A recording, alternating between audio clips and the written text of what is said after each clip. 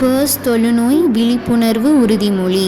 தொழுநோய் மைக்கோபாக்டீரியம் லெப்ரோ என்ற பாக்டீரியா கிருமியினால் காற்றின் மூலம் பரவுகிறது என்பதை நான் அறிவேன்.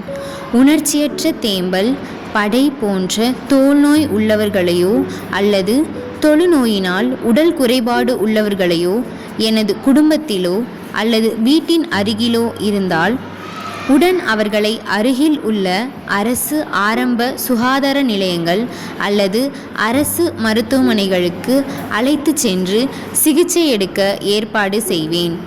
அவர்களை அன்பாகவும் எனது குடும்ப உறுப்பினர்கள் போலவும் வேறுபாடு இல்லாமல் உரிய மரியாதையுடன் நடத்துவேன். தொழுநோய் முற்றிலும் குணமாக கூடியது. ஆரம்ப நிலை சிகிச்சை உடல் குறைபாட்டை ஏற்படுத்தாது. தொழுநோயால் பாதிக்கப்பட்டவர்களை ஒதுக்கக்கூடாது போன்ற விவரங்களை அண்டை அயலாருக்கு தெரிவித்து விழிப்புணர்வினை ஏற்படுத்துவேன்.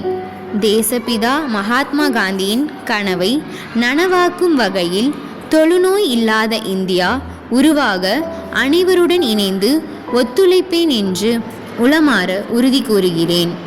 ஒன்றிணைவோம், தொழுநோய் விழிப்புணர்வு ஏற்படுத்துவோம், தவறான புரிதல் அகற்றுவோம், நோய் பாதிப்புள்ளோர் அனைவரையும் குணப்படுத்துவோம்.